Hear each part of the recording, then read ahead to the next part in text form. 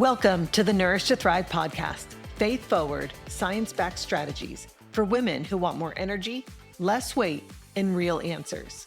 I'm your host, Tanya Pennington-Miller, a functional nutritional therapy practitioner and functional blood chemistry specialist with a master's degree in applied clinical nutrition. If you're tired of feeling dismissed by your doctor, confused by your labs, and stuck in survival mode, you're in the right place. Here, we simplify the science. We get to the root, and we anchor it all in truth, because God made your body to heal and thrive, not just survive. It just needs the right kind of support and less noise. Hello, my friend. Welcome into the Nourish to Thrive podcast. I am so glad you're back with me today. Today, we are continuing our series that I am calling What Your Body is Trying to Tell You. So last week, we talked about waking up at 3 a.m. and what might be happening beneath the surface when your body will not stay asleep. But today, I want to talk to you if your experience looks a little different. You get to the end of the day, you're exhausted. So you've been going all day, you're tired, you're ready for bed. But when your head hits the pillow, you cannot fall asleep. Your body is tired, but your mind is still going. And if that's been your experience, then this episode today is for you. So just like we talked about last week, this is a signal. And remember, a signal is like the check engine light on your dashboard, right? We need to look under the hood. So difficulty falling asleep is one of the ways the body starts to communicate that something in the system hasn't fully settled yet. And it's often pointing to something slightly different than those 3 a.m. wake-ups that we talked about in the last episode. So if you didn't hear that, you have a tendency of waking up between maybe 2 and 4 a.m., then you'll want to listen to that episode, okay? With those wake-ups, waking up at 3 a.m., we're usually looking at what's happening in the middle of the night, right? Like what's our blood sugar doing, our cortisol timing, like things that might pull you out of sleep. But when you're lying there, at the beginning of the night, you're feeling exhausted, but you just can't fall asleep. Now we're looking more at what is happening in the transition into rest, right? So how well the nervous system is able to downshift, what your cortisol levels are doing in the evening, what kind of signal your body is receiving about whether it's time to stay alert or to let go, and how your hormones are supporting or not fully supporting that transition into rest. So let's walk through what may actually be happening here. I want to talk about the first signal. One of the most common reasons that you might be struggling to fall asleep is that your nervous system hasn't fully transitioned into rest mode yet, right? So you feel physically tired, like you feel like you're ready for bed, but your system is just still mentally active. You're thinking about tomorrow, you're running through your to-do list, you're replaying conversations, trying to mentally close loops from the day. And this is something I see a lot with women in this season of life. There's just so much being carried throughout the day that the mind doesn't always have a natural off-ramp, okay, into bedtime. This is when many women describe this feeling of being tired but wired. And what's happening underneath is that the nervous system has been in this more alert and engaged state for most of the day. And it hasn't had enough time or even enough signal, which we'll talk about, to fully move into rest mode. Because that transition into sleep is not instant. It is for a lot of men, okay? But I'm talking to my ladies here. Like the body needs a period of slowing down, a shift from doing into settling. And when that transition gets compressed or even skipped altogether, it can make it much harder to fall asleep, even when you're exhausted. So how do you know if this is your particular signal? When you get into bed, your mind immediately starts going. You feel like you should be able to fall asleep, but you just can't quite settle. You might find yourself thinking through everything that still needs to be done or just kind of replaying different parts of your day. You might even notice a subtle sense of restlessness in your body. Like you keep changing positions, trying to find that perfect, comfortable position to fall asleep in. Like you're tired, but you can't quite get comfortable enough to fully let go. Okay. Let's move on to signal number 2. Another piece of this has to do with cortisol timing. And we talked about this last week too for the 3 a.m. wake ups, but this is a little bit different. So cortisol is meant to follow a rhythm throughout the day, right? We have our diurnal rhythm. It should be highest in the morning. This helps you wake up, helps you get moving, and then it gradually comes down throughout the day. And into the evening, it should be at its lowest so that your body can begin to prepare to sleep. And as cortisol comes down, melatonin is able to rise. We love melatonin because it helps us sleep. That's what helps us to feel sleepy and feel like we can drift off in bed. But for many women, again, especially in this season, and especially in midlife, that rhythm can start to shift. And instead of cortisol dropping in the evening, it can stay elevated too late in the day and into the night. And when that happens, the body doesn't get a clear signal that it's time to wind down. So even though you're physically tired, the system is still operating in a more alert and awake state. And this is where that experience many women describe as a second wind. Have you ever felt that in the evening? Like you've been tired all afternoon, you've been dragging, and then all of a sudden, later in the evening, and this might even happen at like 10 o'clock at night, you feel more awake, you're more alert, like sometimes you're even more productive. And it can feel confusing because you're thinking, wait, like I would have been exhausted for hours. And what's often happening here is that cortisol is peaking later than it should. I mean, you might even find yourself like cleaning out the refrigerator and wiping down all the shelves in there, okay? So instead of helping you wake up in the morning, cortisol is now showing up in the evening, right when your body is trying to transition into rest. And that can make it much harder to fall asleep, okay? So how do you know if this is you? If you notice that second wind later in the evening, that is a really, really, really big key. You feel more alert at night than you do earlier in the day. You may find yourself being more productive at night, okay, even though you were tired in the afternoon. And sometimes when you finally do get into bed, it just takes you a while for your system to fully settle, okay? Let's move on to number 3. And this is where hormones start to play a bigger role, especially for women in their late 30s and beyond, okay? One of the key hormones involved in sleep is progesterone. Progesterone has a naturally calming effect in the body. It supports the nervous system's ability to settle. It helps to take the edge off of that alert and wired feeling. And it plays a role in helping the body move into deeper, more restorative sleep. So, so important. You can almost think of progesterone as one of the hormones that helps the body just sort of like let go at the end of the day. But as we begin moving into perimenopause, progesterone is often the first hormone that starts to decline. And this is why when I speak, I'm so often referring to women over 35. Like they aren't quite perimenopausal yet, but this is when progesterone begins to decline. Okay. In most women, it's around the age of 35. So ovulation becomes less consistent.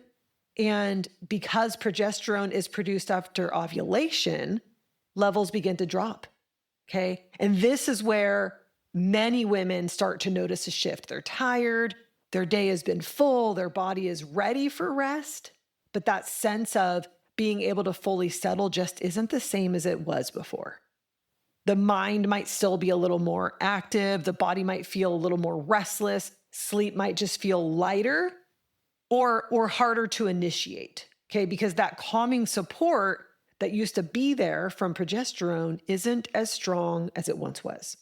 And when progesterone is lower, the nervous system becomes more sensitive to other things too, like things like stress, like blood sugar fluctuations, shifts in cortisol. These things can have a bigger impact on sleep than they used to, okay? So how do you know if this is you? If you are still cycling, you might notice that your sleep feels different in the second half of your cycle, okay, in your luteal phase. You might feel more wired or restless in the days leading up to starting your period. And if you're postmenopausal, this might feel less cyclical for you and just more consistent. So you may notice that falling asleep has just gradually become harder over time. Sleep might just feel lighter or more easily disrupted. And just having that sense of being able to fully settle at night, it just doesn't feel the same as it used to. Okay. The last signal we're going to talk about today is, and this piece often gets overlooked, but it's really important, and that is light exposure and evening stimulation. The body is incredibly responsive at night, and light is one of the primary signals that tells your brain whether it's time to be awake or go to sleep. When the sun goes down, the way God designed your body is to start shifting with it. Okay. Light naturally decreases in the evenings. The nervous system begins to slow, and melatonin starts to rise to prepare you for sleep. That's all in a perfect world, right? But in modern life, that signal often gets overridden. We have artificial light, especially from our phones, right? Phones, TVs, overhead lighting, all of these things can signal to the brain that it is still daytime. So when that happens, melatonin production gets delayed. So even though you feel tired, your brain hasn't fully received the message that it's time to go to sleep. And then when you layer in stimulation on top of that, that might look like late night scrolling, watching TV, working late, answering messages, just constantly taking in information, the nervous system stays engaged. So instead of gradually winding down, you're going straight from activity to bed, right? And that makes it so much harder for the body to transition into sleep, even if you are exhausted. Because like we talked about earlier, sleep is not a switch we flip. Again, for some men, it is. They hit the pillow and they're out. It's not fair. But for us, this is a transition that our bodies move through, and light and stimulation play a huge role in how smooth that transition feels or doesn't feel. Okay, so how do you know if this is you? You're on your phone or screens close to bedtime, right? That's a pretty big takeaway. You don't have a clear wind down routine at the end of your day. You go straight from activity to bed without much of a transition in between. And you may notice that even when you're tired, it still takes your system a while to fully settle down once you lay down. Okay. So if falling asleep has been a challenge for you, I want to give you a few places that you can start. And as you listen to these, I want you thinking back to what we just talked through and think about where you recognized yourself, because the shifts that will help the most are going to be the ones that match what's actually driving the pattern for you. Okay. So if your mind tends to turn on the moment you get into bed, that points more toward the nervous system needing help settling. If you notice that second wind later in the evening, that gives you insight into your cortisol timing.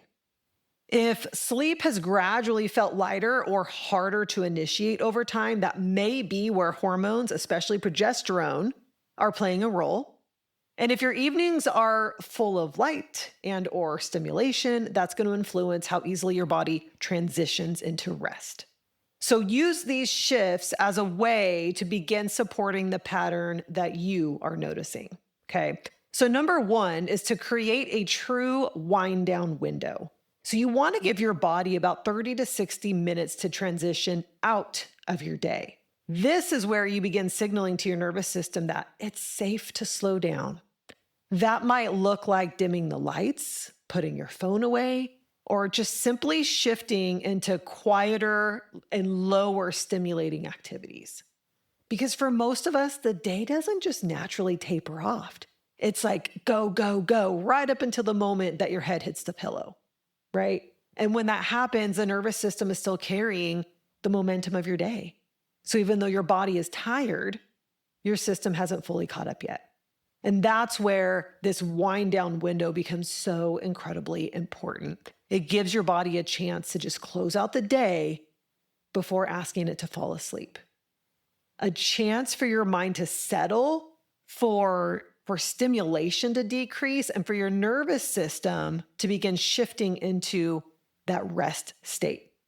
Because we can't force sleep. It's something that our bodies move into when the conditions are right. We're like Goldilocks, you know? And this wind down window really helps to create those necessary conditions. Number 2 is reducing light exposure in the evening. So, as we talked about, light plays a direct role in melatonin production. And melatonin is the hormone that helps signal to your body that it's time to sleep. So as you get closer to bedtime, your body is designed to respond to the natural decrease in light. So as the environment gets darker, melatonin begins to rise and your body can begin to prepare for rest.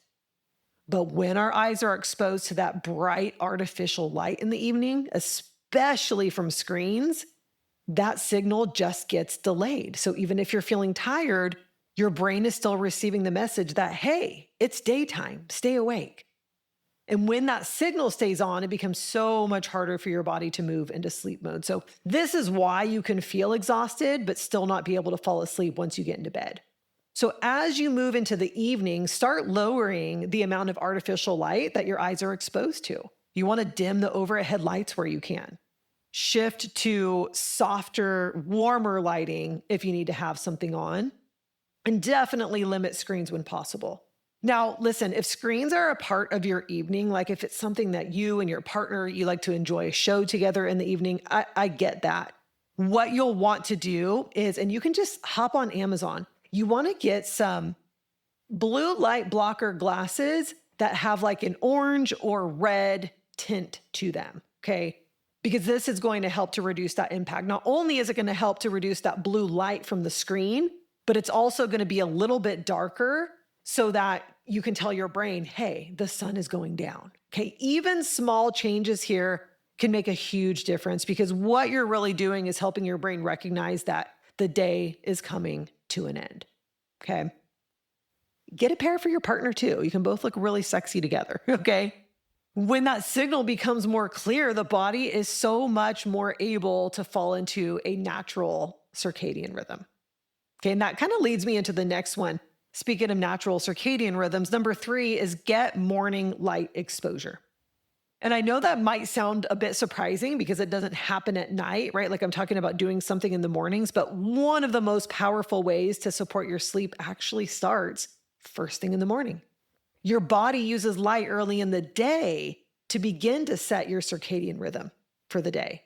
When your eyes are exposed to natural light in the morning, it helps to anchor your internal clock and it gives your brain a clear signal for when the day has started. And that signal doesn't just affect how you feel in the morning, although it does as well, but it also helps to determine when melatonin will be released later that night. So when morning light is consistent, your body has a much clearer sense of when it's time to be awake and when it's time to wind down. Even 5 to 10 minutes of natural light within the first hour of waking can make a huge difference. So going outside to get natural light is, of course, the most ideal, but even sitting near a window is a good place to start if for whatever reason you can't make it outside. Now, also, I know that depending on, where you live and the season we're in or your schedule, it's not always realistic. So another option is using something like I use, like the Luminet 3 light therapy glasses, because when you literally just put them on your face and you click a button, okay? And they allow you to get that light exposure when it's not yet light outside. I wake up before the sun comes out. That's just who I am. It's who I'll always be, okay? And you can even wear them while you're getting ready in the morning. So I'll wear them while I'm making my lemon salt water mix, while I'm putting together my coffee, while I'm doing my Bible studies. I just wear them for about 20 minutes. That is truly one of my favorite things about them, is that you don't have to be stationary to use them. And they're easy to travel with, in a suitcase as well. And I'll include a link for those of you who haven't taken a look at these yet in the show notes, if that's something you want to look into. Because what you do in the morning often shows up in how easily you're able to fall asleep at night. Okay. And if you're more interested in a stationary light, you can look into the 10,000 lux lights and you can find those on Amazon. And that would be more like a light that you sit next to, okay, for about 20 minutes, maybe even up to 30 minutes. Okay, number 4, supporting progesterone and recovery. So as progesterone begins to decline, the body often needs more support to fully settle at night because progesterone plays such a big role in calming the nervous system. So when it's lower, that ability to wind down and let go doesn't feel quite as strong. And this is where I see a lot of women unintentionally working against their physiology. They're under eating, overtraining, pushing through fatigue, stacking stress day after day. All of these things can further suppress progesterone. So instead of helping the body to settle, they're keeping the system more activated. So what does it look like to support progesterone production in this season of life? Eating enough to signal safety in the body, not overextending yourself with constant output, being mindful with fasting so it's not adding more stress than your system can handle, especially in the second half of your cycle if you're still cycling, okay? And allowing for more recovery than you may have needed in earlier seasons. Because progesterone thrives in a body that feels supported and not depleted. And what I always tell my clients is that a couple of the ways that you generally, without lab testing, can know that maybe you're needing some progesterone support is if you're having trouble sleeping at night. And if you also are just kind of feeling like, I don't want to deal with people right now. A lot of times that can be progesterone declining, okay? And for some women, this is where it can be helpful to explore bioidentical hormone replacement therapy, right? We can do this with progesterone. I don't think that every woman in midlife needs it, but if you have done all of the foundational work and you're still struggling to fall asleep at night, then this may be an avenue for you to explore, okay?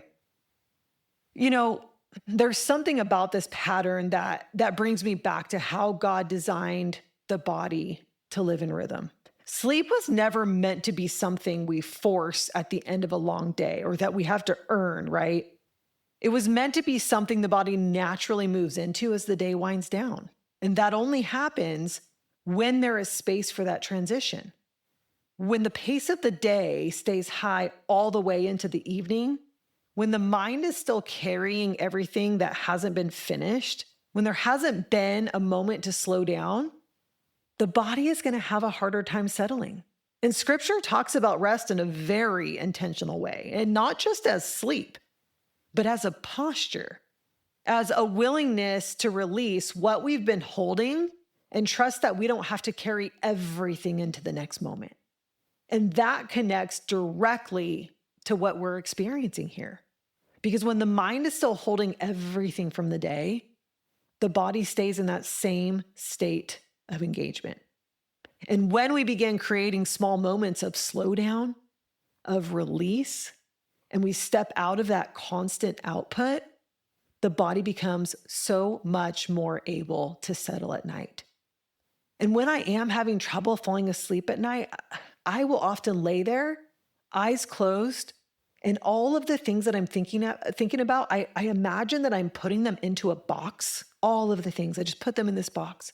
I close the box, I have it in my hands, and I just picture myself handing it over to Jesus. And I say, can you watch over these things for me tonight so that I can feel lighter and I'm able to fall asleep? Okay.